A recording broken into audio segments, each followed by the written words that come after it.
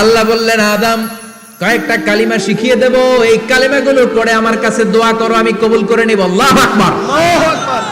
আল্লাহ শিখিয়ে দিলেন আর বললেন, আদম পড়া, রাব্বানা যালামনা আনফুসানা ওয়া ইল্লাম তাগফির লানা ওয়া তারহামনা লানাকুনান্না মিনাল খাসিরিন। ও আল্লাহ, জুলুম করেছি নাফসের উপর, ভুল করেছি, অন্যায় করেছি, আপনি যদি ক্ষমা না করে দেন আমরা শেষ হয়ে যাব, আমরা হালাক হয়ে যাব, ক্ষতিগ্রস্তদের মধ্যে শামিল হয়ে যাব। ঠিক কিনা?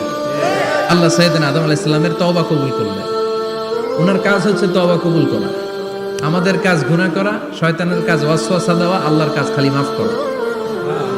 সুবহানাল্লাহ পড়বেন না? তাকাব্বালাল্লাহু তাওবাতা আদম ফি ইয়াউমিল জুমআহ। আল্লাহ যেদিন আদম আলাইহিস সালামের তাওবা যে কবুল করছেন, ঘোষণা দিয়েছেন, এই ঘোষণাটা ছিল জুমার দিনের ঘোষণা।